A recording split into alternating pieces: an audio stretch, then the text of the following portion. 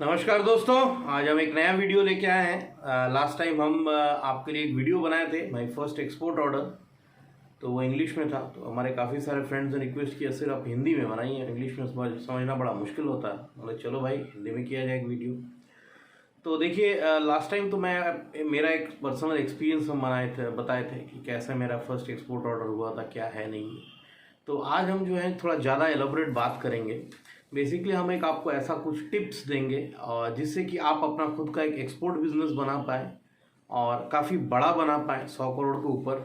और इस पे आज हम लोग बात करेंगे। तो एक्सपोर्ट देखिए एक बहुत अच्छा ऑप्शन है कि एक्सपोर्ट में आपको प्राइसेस काफ़ी ज़्यादा मिलते हैं कंपेयर टू डोमेस्टिक मार्केट। और पेमेंट टर्म्स बहुत अच्छा रहता है कि अगर आप डोमेस्टिक मार्केट में बिजनेस कर रहे हैं तो आपको उधार देना पड़ता है, प्राइस आपको अच्छा नहीं मिलता। एक्सपोर्ट्स में ऐसा नहीं है, पूरा कैश पे काम होता है, कोई आपको उधार देना नहीं पड़ता और एक बहुत अच्छा एक्सपीरियंस है। तो चलिए दोस्तों शुरू करते हैं। तो एक्सपोर्ट्स देखिए, सबसे पहले एक्सपोर्ट्स के लिए जो इम्पोर्टेंट होता है वो है number 1, product identification. Product identification is the most important thing in exports. कि अगर आपके पास अच्छा प्रोडक्ट ही नहीं है जो, और या फिर आपको ये प्रोडक्ट आइडेंटिफाई नहीं कर पाए जिसको आप एक्सपोर्ट्स करेंगे, तो आप अपना बिजनेस नहीं बढ़ा सकते। मैं एक छोटा सा एग्जांपल देता हूँ। अभी सोचिए कोई हमारे भाई इंडिया में है जो बोलते हैं भाई सर हमको नाइकी का शू एक्सपोर्ट करना है। तो नाइकी का शू तो ऑलरेडी यूएस में मिलता है, तो आप एक्सपोर्ट करके क्या वैल्यू ऐड करोगे? आप कुछ एक्स्ट्रा तो करने नहीं वाले हो। तो एक्सपोर्ट्स में याद रखिएगा, सबसे इंपॉर्टेंट होता है वैल्यू एडिशन। ऐसा आप क्या वैल्यू ऐड करते हैं जिससे कि लोग आपको एक्स्ट्रा प्राइस देंगे या एडवांस देंगे, ये चीज़ याद रखिएगा। नंबर 2 वो है कि अगर आप एक्सपोर्ट करते हैं, इसमें प्राइस सब्सटीट्यूशन एक मेजर फैक्टर होता है। अब आप मेरे से पूछिएगा सर ये प्राइस सब्सटीट्यूशन क्या होता है? तो प्राइस सब्सटीट्यूशन बेसिकली देखिए क्या चीज़ होता है, ये आप समझ लीजिए। प्राइस सब्सटीट्यूशन होता है कि अगर कोई चीज़ मुझे 100 रुपये में मिल रहा है यूएस में और उसका प्राइस इंडिया में 60 है, तो ही एक्सपोर्ट करके फ़ायदा है। तो हमारे जो भी भाई बंधु एक्सपोर्ट करना चाहते हैं, मैं आपको 3 गोल्डन सेक्टर्स बता सकता हूँ। आप खुद भी अपना रिसर्च कीजिए जिसमें कि रियली आप ग्रो कर सकते हैं, जैसे मैंने ग्रो किया।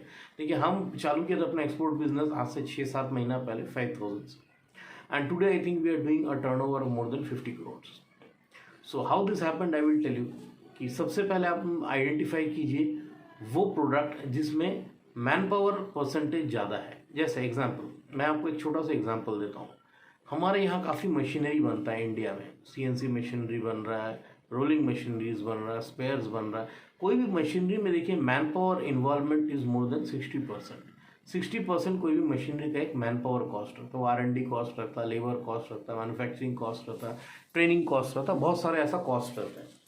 तो वो हिसाब से अगर आप मशीनरी एक्सपोर्ट करते हैं तो मशीनरी में आपको सबसे ज़्यादा प्राइस वेरिएबल मिलता है। जैसे मैं एक प्रोडक्ट बता रहा हूँ, एक्चुएटर। एक एक्चुएटर का कॉस्ट बढ़िया, या अगर आप ब्रांडेड एक्चुएटर ले लेते हैं जर्मनी से, इसका कॉस्ट होता है करीब 100 mm लाइन साइज का, करीब 2.5 से 3 लाख। सेम चीज़ इंडिया में गुजरात में बनता है 60 से 70 हज़ार में, और एक तो नहीं, ऐसे करीब 100 कंपनियां हैं जो गुजरात में बनाती हैं। तो आप क्या कर सकते हैं, गुजरात से एक्चुएटर खरीद के आप जर्मनी में सेल कर सकते हैं, आप यूएस में सेल सकते हैं। प्राइस डिफ्रेंशिएशन बहुत ज़्यादा है, कहाँ 3 लाख और कहाँ 70,000। अगर आप बेस्ट क्वालिटी भी बना ले, द बेस्ट मटेरियल्स भी, तो भी 1 लाख रुपया कॉस्ट आपका क्रॉस नहीं करेगा इंडिया में। तो ये प्रोडक्ट एक्सपोर्ट किया जा सकता है। ठीक है, ऐसा बहुत सारा फूड प्रोडक्ट्स है इंडिया में जिसका कि प्राइस डिफरेंशियल बहुत ज़्यादा होगा। हैंडीक्राफ्ट देखिए एक और सेक्टर है जहाँ स्किल का एक बहुत मेजर रोल है। इंडिया में skill is very very high. जैसे बहुत सारा आपका क्लॉथिंग हैंडीक्राफ्ट है, फिर टेक्सटाइल हैंडीक्राफ्ट है, बहुत सारा हैंडीक्राफ्ट आइटम्स है, राजस्थान में है। ठीक है, डोका आर्ट झारखंड का है। ये सब हाईली स्किल्ड प्रोडक्ट्स हैं जिसके लिए कि एक हाई स्किल लेवल चाहिए। ये स्किल लेवल आपको यूएस या जर्मनी या फिर यूरोप में नहीं मिलेगा। तो ये प्रोडक्ट आप एक्सपोर्ट कर सकते हैं। तो सबसे पहले जैसा आपसे बात हुआ प्रोडक्ट आइडेंटिफिकेशन। सेकंड देखिए, मेरा हिसाब से जो मैं लिस्ट आउट करता हूँ वो है गवर्नमेंट रजिस्ट्रेशन। तो आपको एक जीएसटी का रजिस्ट्रेशन कराना अनिवार्य है। जीएसटी रजिस्ट्रेशन आप ऑनलाइन कर सकते हैं, आप गूगल में जाइए, उसमें कोई पैसे नहीं लगते। सेकंड आपका है रजिस्ट्रेशन विद आईईसी अथॉरिटी, जो कि import export certificate, IEC certificate जिसको बोलते हैं, जिसको इंपोर्ट एक्सपोर्ट गवर्नमेंट से आप सर्टिफिकेशन ले सकते हैं। तो सेकंड स्टेज जब आपका गवर्नमेंटल सर्टिफिकेशन सब हो गया, इसके बाद आपका प्रोडक्ट आइडेंटिफिकेशन हो गया, गवर्नमेंट सर्टिफिकेशन हो गया, अब नेक्स्ट आपका जो फेज़ है वो है कि एक्चुअल एक्सपोर्ट बिजनेस पे आप कैसे बढ़ें। तो देखिए सबसे पहला चीज़ जो है वो है मार्केटिंग, और मैं बड़ा प्रैक्टिकल बात करता हूँ। देखिए मार्केटिंग मोस्ट इंपॉर्टेंट, आपको एक्सपोर्ट में बायर खोजना पड़ेगा जो आपसे सामान खरीदेगा। अब आप सोचिए, आप खुद अगर एक ऑफिस बनाते हैं यूएस में या फिर यूरोप में, ये बहुत ज़्यादा कॉस्टली है। या फिर अगर आप लोग रखते हैं जो आपके बिहाफ पे एक्सपोर्ट्स करें, ये भी बहुत ज़्यादा कॉस्टली है। प्लस एक लोगों का एक लिमिटेशन है, अगर मुझे आप नौकरी कर रहे हैं बोले आपके यहाँ, तो मैं एक दिन में 10-15 इससे ज़्यादा लोगों से कॉन्टैक्ट नहीं कर सकता, क्योंकि मैं एंड ऑफ द डे एक इंसान हूँ, इससे ज़्यादा मैं कॉलिंग नहीं कर सकता, बात नहीं कर सकता। तो देखिए ये इसके लिए आप यूज़ कीजिए CMS। Now what is CMS? CMS में बेसिकली आपको एक वेबसाइट बनाना होता है जिसमें कि एक CMS फैसिलिटी है which is content management system, CMS facility.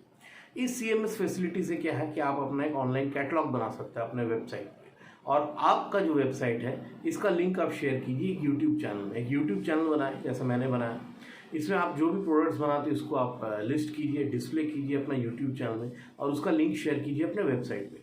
तो या तो अगर कोई यूट्यूब में जा रहा तो रीडायरेक्ट हो जाएगा आपके वेबसाइट की तरफ, और कोई अगर वेबसाइट पे जा रहा तो वो रीडायरेक्ट हो जाएगा आपके यूट्यूब चैनल की तरफ। अब सेकंड, आपने यूट्यूब चैनल बना लिया, वेबसाइट बना लिया, अब बोलेंगे सर ये तो कोई भी कर लेगा भाई, बिजनेस कैसे होगा ये बताइए। यूट्यूब चैनल हम बना लिए, और सेकंड हम बना लिए हैं आपका वेबसाइट, पर लोग हमको कैसे जानेंगे? तो इसके लिए देखिए फास्ट ट्रैक्टर आप यूज़ कर सकते हैं। ये हम लोग का एक सॉफ्टवेयर है। फास्ट ट्रैक्टर बेसिकली क्या करता है, आपके लिए डेटा एक्सट्रैक्शन करता है। जैसे ऑल ओवर इंडिया अगर आप ऑल ओवर USA अगर आप इंपोर्टर्स का लिस्ट चाहते हैं, ये आपको फास्ट ट्रैक्टर दे देगा। सोचिए आपका एक पर्टिकुलर प्रोडक्ट है ग्रेनाइट, आप ग्रेनाइट एक्सपोर्ट कर सकते हो, तो ग्रेनाइट भाई कौन खरीदेगा? ग्रेनाइट बायर्स खरीदेगा। तो ग्रेनाइट इंपोर्टर्स, इंपोर्ट हाउसेस खरीदेगा, ग्रेनाइट बायर्स, इंपोर्ट हाउसेस, इसका पूरा डेटा आपको फास्ट ट्रैक्टर से मिल जाता है। तो फास्ट ट्रैक्टर आपको बेसिकली क्या देता है? ईमेल एड्रेस देता है, आपको मोबाइल नंबर्स देता है, और आपको वेबसाइट्स देता है। तो देखिए जब आपको ईमेल एड्रेस मिल गया, इसके बाद आपका काम है उनको मेल करना।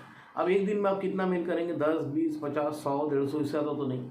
तो मेलिंग के लिए देखिए एक मेलिंग पैकेज सॉफ्टवेयर आता है हमारा, वो ऑटो मेलिंग करता है। वो क्या करता है? एक दिन में 20,000 ईमेल करता है, और ये 1 सप्ताह 2 सप्ताह, जैसे एक सोचिए कस्टमर को आप टारगेट करते हैं, आप चाहते हैं कि हमको यहाँ से कैसे भी बिजनेस मिले, तो ये क्या करेगा? हर वीक उस पर्टिकुलर कस्टमर को मेल करेगा, और आपका प्रोडक्ट को डिस्प्ले करेगा। एक इंट्रोडक्टरी लेटर होगा, और प्रोडक्ट का डिस्प्ले होगा टू द एंड कस्टमर। तो एंड कस्टमर आपका जब मेल उनको मिलेगा, वो मेल पे क्लिक करेगा और वो रीडायरेक्ट हो जाएगा आपका यूट्यूब चैनल पे।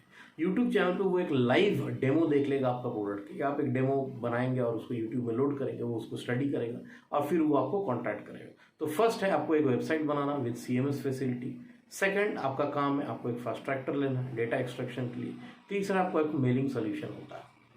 अब चौथा, अब मेल तो हम कर दिए, सब हो गया, बट मैं अगर खुद काम करूं तो मुझे तो हर दिन बैठ के ईमेल करना पड़ेगा। अब मेरे पास समय उतना है नहीं, और उतना मेरे पास मैन पावर नहीं है। तो इसके लिए देखिए यूज़ होता है RPA। देखिए अभी मोस्ट इंपॉर्टेंट है एक्सपोर्ट्स में RPA आपको बहुत ज़्यादा हेल्प करता है एक्सपोर्ट्स में।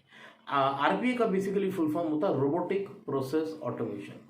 रोबोटिक प्रोसेस ऑटोमेशन क्या करता है? ये पर्टिकुलर अगर आप इसको कोई काम बता दें, वो आपके लिए काम करेगा। जैसे आप बोलेंगे सुबह 5 बजे हमको फ़ोन करो, या सुबह 5 बजे मेरे को 10 ठो बिल बना के दे दो। ये एक इंसान का डुप्लीकेसी करता है RPA।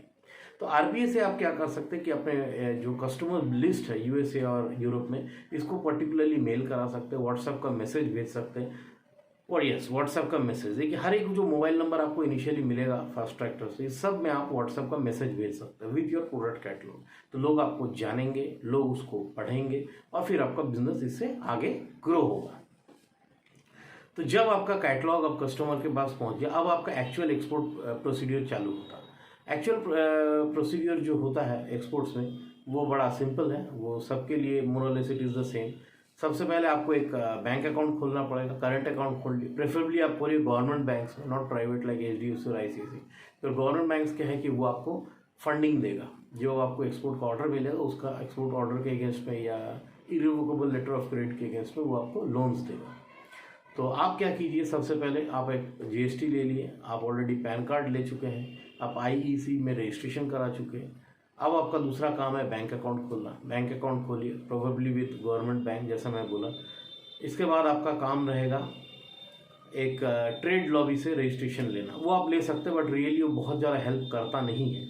जैसे federation of Indian exporter organisation या कोई chamber of commerce, basically chamber of commerce ये सब क्या है, ये आपको इशू करता है सर्टिफिकेट ऑफ ऑरिजिन, आपका प्रोडक्ट कहाँ से बन रहा है, ये सर्टिफिकेट ऑफ ऑरिजिन सर्टिफिकेट आपको इशू करता है। ठीक है, इसके बाद आपको जो मैंने मार्केटिंग का तरीका ऑलरेडी बना बोल दिया हूँ। सेकंड आपका है कि जब आपको सोचिए इस ये जो मेल्स और जो आरपीए करेंगे इससे आपको इंक्वायरी आएगा तो आपको सैम्पल भेजना होगा। तो ₹5000 तक आपका सैम्पल्स का कोई आपको रजिस्ट्रेशन वगैरह का ज़रूरत नहीं होता, आप फ्री ऑफ कॉस्ट भेज सकते हैं थ्रू इंडिया। आप सैम्पल्स भेजिए, इसके आपको निगोसिएशन कॉल्स आएगा, आप निगोसिएशन कीजिए।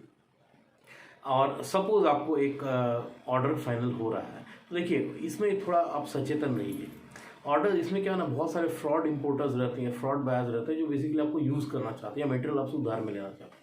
तो सबसे पहले क्लियर कर लीजिए, अगर आप एक्सपोर्ट का काम करते हैं आप उसमें एडवांस लेके ही काम करेंगे, या तो 100% एडवांस या 50% एडवांस। और अगर कोई बायर अगर आपको एडवांस नहीं देना चाहता तब आप अपना पेमेंट टर्म्स रखिए, payment against letter of credit LC, irrevocable LC। देखिए LC बहुत टाइप का होता है। इर्रिवोकेबल LC एक ऐसा LC होता है जो कि रिवोक नहीं किया जा सकता। अब जब आपको इरिवोकेबल LC मिल गया, कोई भी नेशनलाइज्ड बैंक आपको 80% ऑफ द एडवांस दे देगा इरिवोकेबल लेटर ऑफ क्रेडिट के अगेंस्ट में। सोचिए आपको एक 10 लाख का ऑर्डर मिला, तो 10 लाख का ऑर्डर होगा तो उसके अगेंस्ट में 10 लाख का आपका इरिवोकेबल लेटर ऑफ क्रेडिट खुलेगा। इसका 80% मतलब 8 लाख रुपया बैंक आपको दे देगी on basis of the irrevocable letter of credit. तो अब आपको एडवांस मिल गया, आप उस एडवांस अपना मैन्युफैक्चरिंग कीजिए, प्रोडक्ट को रेडी कीजिए और फिर कस्टमर को शिप करने का कोशिश कीजिए। इसमें एक चीज़ और देखिए, थोड़ा सा ध्यान रखिएगा, एक क्वालिटी कंट्रोल सिस्टम रखिए।